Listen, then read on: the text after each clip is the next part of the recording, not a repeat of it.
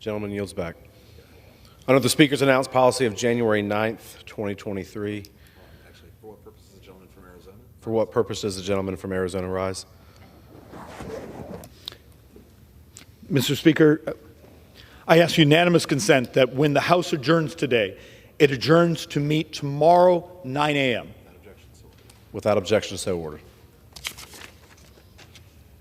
Under the Speaker's announced policy of January 9th, 2023, the Chair recognizes the gentleman from Texas, Mr. Roy, for 30 minutes. I appreciate, Speaker. Appreciate the comments from the gentleman from Arizona, as he so often does in outlining the extent to which we have significant fiscal challenges that can be met with the kinds of reforms that we don't often talk about. The need to reform healthcare policies, healthcare decisions, things that get well beyond the rhetoric of balancing budgets. And on that, he and I agree enormously. And I look forward to engaging with him on the floor of the House and in other places on that topic again. But I do want to say one thing that is true about what the gentleman from Arizona was talking about with respect to addressing mandatory spending, reforming so-called entitlements with respect to Social Security and Medicare, and otherwise reforming those complex areas of our government, that if you can't tackle discretionary spending, you're not going to tackle mandatory spending. And importantly, and this is the critical part, you got to have the political willpower to address these things. And that's actually why I came to the floor this evening. America was drawn in to an engaging debate among the members of Congress that represent them in the People's House last week. C-SPAN, not constricted by the rules of the House, was able to have cameras zeroing in on the members of this body as we were debating last week. And people were drawn into the conversations, the people on both sides of the aisle, and the drama of the debates, and how we would choose the Speaker of the House, and then whether we had passed the rules package. But here I am on January 11th, 2023, in the new Republican majority, and I am alone in the chamber again with the Speaker. That's a requirement, by the way. There has to be a Speaker and then a member on the floor. But I'm alone again. Now, we passed some bills today, but what are we going to do as a body to make good on the reforms we passed last week and actually extend on them and build on them? I would ask my colleagues why we don't have full debate right now on a number of the important issues of the day. Why we don't have full debate tomorrow, next week, the following week, on the crucial issues of our day.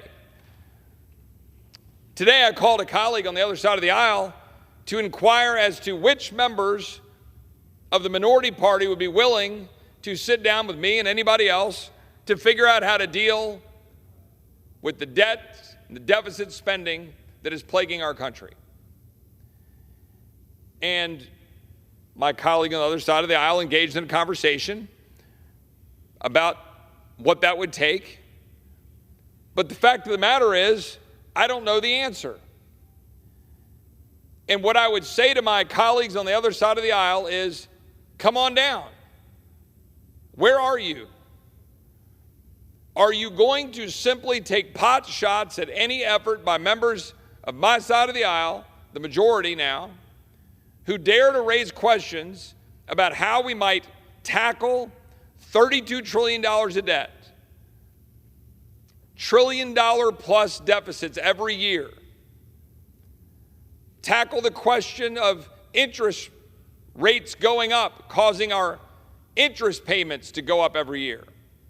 Every 50 basis points, every half of a percentage point that goes up has about $100 billion a year in additional interest expense. I think in the next year, interest is going to eclipse our national defense spending. Now, where are all my defense hawks? All my Republican colleagues who like to stand up and say, we got to fund our men and women in uniform. We got to buy more planes, more bombers. We got to have more guns. We got to make sure that we have the strongest defense in the world. Great. I agree. Peace through strength, sparingly used, non-woke, trained to kill people and blow things up. That's what I want our military to be and to do. And I want it to continue to be the best in the world. But we're not going to be able to do that if we're spending more on interest of the debt than we are on our own national defense. And as the gentleman from Arizona rightly is pointing out about the state of our, quote, mandatory spending and, quote, entitlements, we're not going to be able to maintain this country and have a strong national defense and ensure a peaceful world for our children and our grandchildren. Those are just the facts. We used to have a lot of political back and forth between Democrats and Republicans. We would accuse our colleagues on the other side of the aisle of being tax and spend Democrats. Well, they were tax and spend Democrats. But then something changed along the way, and we stopped debating tax policy for the most part. And now everybody in this chamber, for the most part, are spend and spend members of Congress. Spend and spend members of a uniparty. And look, I'm all on board with the enthusiasm and the unity and the energy coming out of last week that we're going to transform this institution. I believe it. I believe by offering amendments in the appropriations process on the floor of this body will be better. I believe that by having 72 hours to read bills and not waiving that rule, that we actually do it, that will be better. I believe that by having single subject bills, without them being multi-subject and complicated in thousands of pages, that will be better. I believe that by requiring amendments to be germane, that is actually related to the underlying purpose of the underlying bill, that will be better. Those are all things that will make us better. But they will only make us better if we're all united in the purpose of what we're trying to do. I know I've got very strong disagreements with my colleagues on the other side of the aisle. I have significant disagreements with a lot of my friends on my side of the aisle. But you'll never solve those disagreements if you never sit it down at the table and work. The only way to work is to put some sort of constraint on our spending. So with all due respect to my friend from Arizona, Mr. Schweikert, with whom I agree about mandatory spending and about having to solve those problems in the long term, discretionary spending matters. Discretionary spending matters because it charts the priorities of a Congress that represents the American people. We have to make the tough choices on discretionary spending. And oh, by the way, that they are only 20 or 25% of the overall spending does not mean that they're not insignificant. If we do not balance our budget right now and chart a course to balance that budget over the next 10 years, we will spend an additional $10 trillion over the next 10 years that we don't have. But what will happen is, and here's what's going to happen. This is important for the American people to understand. We reached an agreement as a party last week to ensure that we return to 22 levels of spending. That is a top-line level of $1.471 trillion. That we operate with that cap in spending. That says nothing about what the levels are for defense or non-defense discretionary, just that we would cap at 22 levels of spending. But here's what will happen. We'll have a debate about that. We'll pass some appropriations bills. If we do our job as Republicans, we'll pass good, solid bills for this year's spending that stick within those caps, that stay under the 22 levels of spending. We'll send them to the Senate.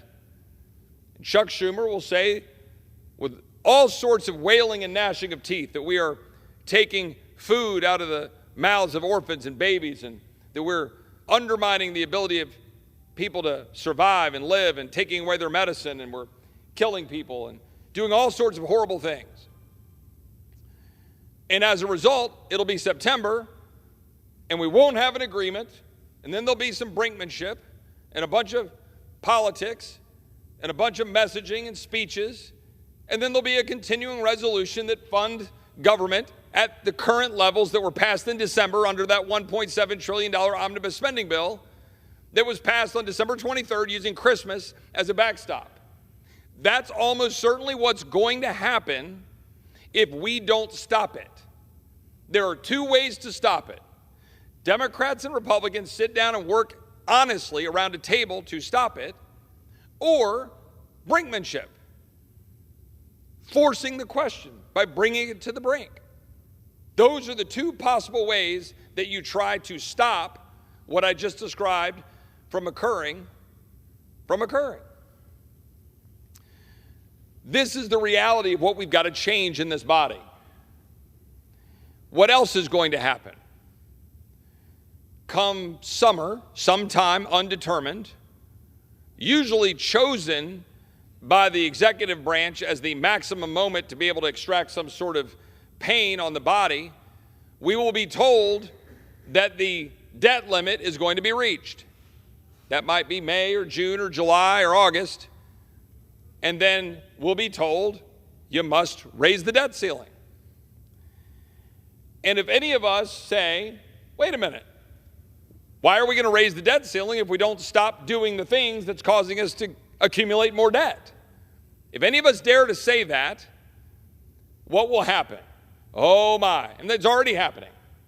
The Wall Street Journal and all of the bond traders and stock traders on Wall Street, all of the investment bankers, all of the brilliant economists, all of the opposing political party will all say, don't default on the debt. You can't default on the debt. So don't you dare demand that we actually change the things we are doing that are causing the debt, because we might default on the debt. So let's keep spending money we don't have, keep accumulating more debt, increasing our interest payments, making it more difficult to service that debt, while we undermine our own fiscal accountability, our own bond ratings in the future. But no, don't you dare, Congressman Roy, say that you might use the debt ceiling as leverage to extract fiscal reforms to stop the insanity. Well, let me just be clear. I think it is critical that we change the way we're doing business, and I intend to use the debt ceiling to ensure that we get fiscal and structural reforms. And I'm not going to bow down just because a few of my colleagues on the other side of the aisle and a few pundits on TV write nasty editorials, and some of my donors, some of the people out there in the world and activists text you and go, oh my gosh, what are you doing? You're going to risk default on the debt. You know why I'm not going to do that? Because it's my job not to back down when people are afraid of what we're supposed to do here. What we're supposed to do is bring things to a decision in this body responsibly. All last week while we were debating the speaker, a whole bunch of my friends, supporters, financial supporters, were blowing up my phone with text messages. A whole lot of them were saying, attaboy, stand up, fight for the American people, change the institution. Let us actually try to make this place work rather than continuing down this road of destruction. But a whole bunch of them were also texting me saying, what are you doing? What are you doing? We're not going to have a Republican speaker. What are you doing? You're going to undermine us. We're going to get a Democrat speaker. You guys look like clowns. What are you doing? You look ridiculous. You're making the Republican Party look ridiculous, Chip. Stop doing it. Come Friday, after 15 votes, we come to a conclusion. Nobody died. Nothing went crazy. We got a Speaker of the House. We got some agreements among all of us about how the body should proceed, about ensuring we open it up, have transparency, offer more amendments, get greater ideological diversity among the committees. Let's have a real debate on these things. Get a really strong committee on the Judiciary Committee, a church-style committee to look at how government's acting. That's what we got by standing up and fighting and ignoring all of the hand-wringers who can't stand the heat.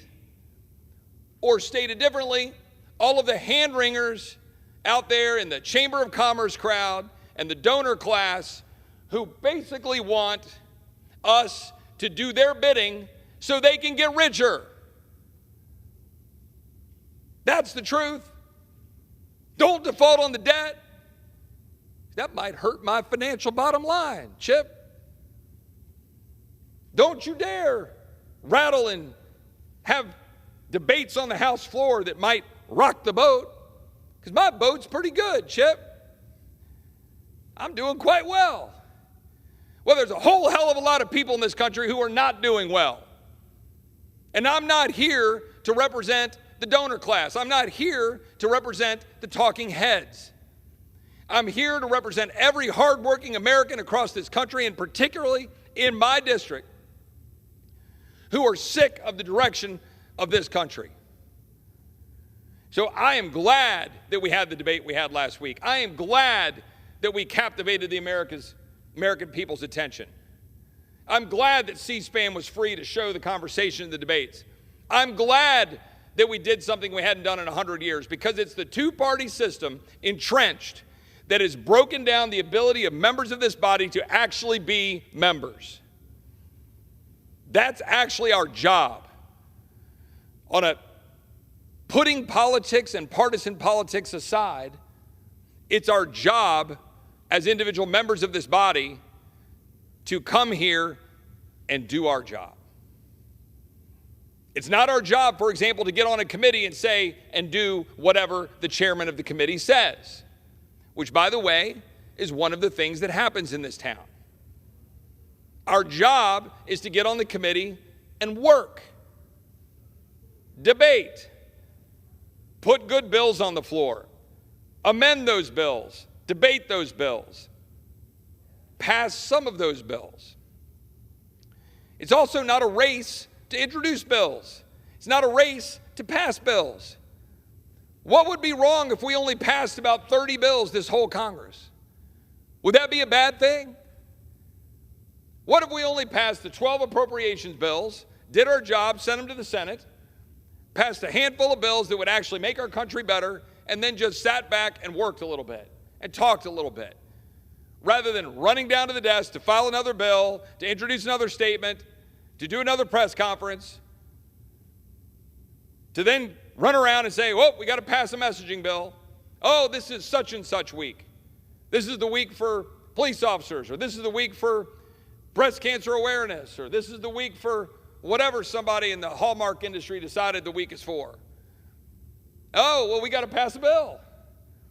Why? You think we lack laws? You think we lack regulations? You think we need to spend more money that we don't have? Why don't we just stop? Pause. My message to my Republican colleagues is the best thing we can do for our country is stop doing all the things that this body has been doing for as long as I can remember. So whatever this body has been doing, let's do the opposite. How about that? How about we actually have this chamber full like it was last week? Why don't we have hundreds of people on the floor and debate issues in front of each other? Why don't we pick a day like Tuesday and call that debate day? And we have 50 members from one side and 50 members from the other side. Let's debate Ukraine in full view of the American people. Maybe the next week we can debate spending restraint. How are we going to tackle spending? I'd like to listen to my colleagues tell me, how do you plan on tackling spending? Because right now, my basic understanding of how my colleagues on the other side of the aisle would tackle spending is tax people or keep spending money or both. My view on this side of the aisle is we don't want to tax people, but we want to keep spending money in the name of defense. Anybody want to come challenge me on that assertion? Happy to debate them. Either side of the aisle, come on down, let's debate it. I don't think anybody will take that debate on because they know I'm right. Why don't we change that? Where are my colleagues on the other side of the aisle when it comes to spending? I'd like to know. I think the American people deserve to know. Do you believe in modern monetary theory? Just keep spending money and it doesn't matter? I don't. I think that's foolish. I think it's reckless. I think it undermines our dollar. I think it undermines our financial stability. More importantly, I think it makes it impossible for us to make good decisions about how to make policy and execute policy. How can you make a tough decision about whether or not you need to buy a bomber, or whether or not you need to fund a particular grant program, or fund a particular entitlement that is way oversubscribed and out of money? How can you make a decision about that if the answer is just keep printing money? I mean, that's my question. And I just would suggest there's no more important question for us to answer. Because if we don't, then we're never going to come to agreement on the policies. Ever. If I go home and I talk to my wife and I say, look, we're going to cap our spending at our 2022 levels of spending, then we've got to make choices. We got to decide, well, are we going to just not make our mortgage payment? No, we got to do that. Are we going to not feed our kids? Well, no, we got to feed our kids. Are we going to have electricity and heat? Well, we'd like to have that. Then comes the discretionary questions. Do you take a vacation? Do you get a new car rather than patching together your 15-year-old car? Do you send your kids to a certain school? Do you save a certain amount of money for college? Maybe you forego college because you look at college and go, why am I going to spend $300,000 to send them to a college that are going to teach my kids that America's evil? I'll save that for another rant. But that's my point. We have to do that as families. But this body never does it. Ever. We pretend to do it. We pretend to do it. The point of the agreement reached last week was to open this body up, empower rank and file, but also importantly, establish some parameters for how we fund the federal government. And those parameters should be that we set limits. And if you set limits, now you have to sit down and figure it out. But here's the problem. I don't believe that Chuck Schumer and Senate Democrats want to sit down at the table and figure out how to limit spending.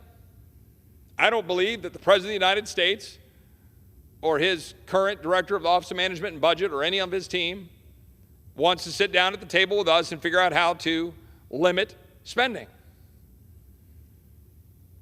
But I've not even heard him come down and say, well, fine, you're right, Chip. We're spending more money than we have, and we're racking up more debt, so we believe we need to increase taxes. Okay, well, come make your offer. We'll raise taxes.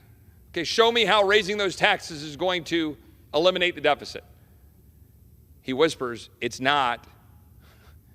Show me how raising those taxes is not going to undermine economic growth, make it more difficult for American people to get jobs, undermine the prosperity of the American people.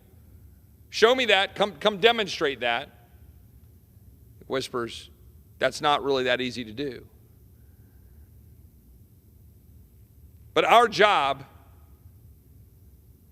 is to responsibly represent the American people. It's not to govern. We often use that word. That's crazy. We don't govern. We represent. And our job is to represent our constituents, and I don't know any constituents, frankly, even my most left-leaning constituents, to be honest, I don't know any constituents who are saying, oh yeah, please go up there and spend more money we don't have. I would just suggest that according to the CBO, we're going to see another $15.7 trillion in deficits over the next 10 years. That's the truth. The truth is that in fiscal year 2022, we collected a record $4.9 trillion in taxes, nearly $1 trillion more than the previous year. We don't have a revenue problem. We have a spending problem. We have an overpromise problem. I had a reporter come up to me in the hallway a minute ago and said, Mr. Roy, is there any circumstances in which you're going to support providing more aid to Ukraine. How on earth are we having that conversation on January 11th after on December 23rd we just added another $45 billion for Ukraine? And the reporter responded and said, well, but they say that it's really important to get more money to beat Russia. Oh, really? Well, what do our experts say? And what is our responsibility to pay for that?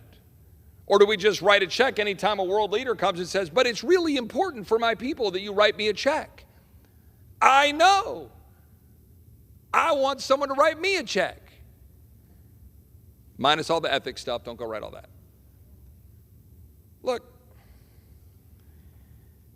the truth is, my colleague from Arizona, my friend from Arizona, Mr. Schweikert, is 100% correct that mandatory spending, Social Security, Medicare, all of the related expenditures that go along with that are driving the vast majority of the debt that we're accumulating every year. That is correct.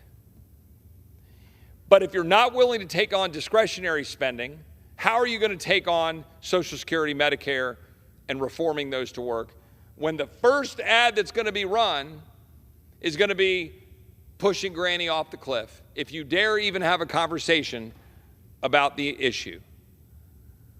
Will any colleague, I will make an invitation to any colleague in the chamber, but particularly my colleagues on the other side of the aisle, come down here and talk about Social Security and Medicare and all of our mandatory spending.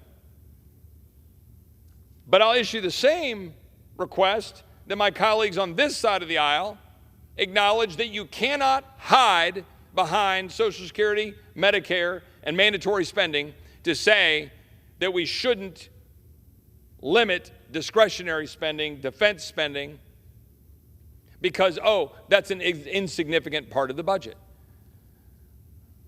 It is significant. And it is significant not just because of the trillions of dollars of debt that those spending accounts for defense and education and Department of Justice and Commerce and every other agency and Homeland Security. It's not just because we're spending too much money there and it's adding up to deficits and debts. It's because we're funding the very agencies that are undermining us. We're funding the bureaucrats that are undermining the current individual in America that's out there as an entrepreneur trying to get a job started. It's undermining my friend Scott Smith in Loudoun County because we label him a domestic terrorist because the FBI was brought in along with the National School Board Association. They all coordinated and said, okay, let's label them a domestic terrorist.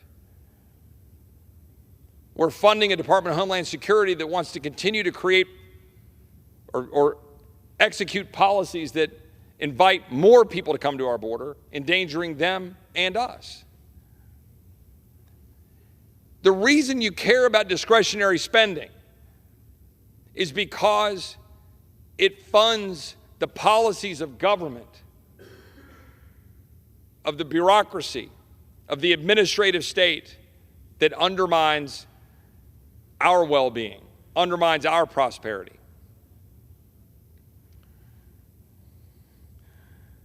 We have the opportunity now, right now, as Republicans, to lead the House of Representatives forward to change. We should, in fact, change. Last week was a monumental step forward to changing this institution, to opening it up, to allowing rank and file members to have a say, to putting more diversity on our committees, to having more debate in committees, coming down to the floor and fighting for the people that we represent. But all of that will be for naught if we don't embrace wholeheartedly the mission, the hard mission of limiting the spending that is destroying our country and demanding that our colleagues on the other side of the aisle come sit down at the table so that we can actually do our jobs for the people we represent. And then finally, sending a message to the United States Senate, to the Democrat-led United States Senate, to the Democrat President of the United States at the other end of Pennsylvania Avenue that it is not enough to give speeches, it's not enough to oppose what we produce out of the people's house. The American people spoke in November. They want us to be responsible. They want us to limit spending. They want us to secure the United States. They want us to have a secure and sovereign border. They want us to get out of their business. They want us to stop being at each other's throats. And if you want to do that, then embrace fiscal responsibility and stop spending money you don't have to fund the bureaucrats that are undermining our liberties. Stand up in defense of liberties, civil liberties, and the freedoms of the American people by calling out the bureaucrats in our committees and exposing it through oversight. Stand up for a strong military that is non-woke, that is sparingly used but ready to go fight when needed. Secure the border of the United States with the policies that are necessary to do so, and embrace radical federalism where we return powers to the states so we can agree to disagree and stop being at each other's throats. If you want to do those things, then there's one key thing you got to do. You got to fight the swamp. You got to take on the bureaucracy. You got to take on the powers that be. That started last week. We've got some of the tools that we need, but that battle is just beginning. And we're going to take this town on for the American people. And with that, I yield back. Gentleman yields. For what purpose does the gentleman from Texas rise? Mr. Speaker, I move that the House do now adjourn. The question is now on a motion to adjourn. All those in favor say aye.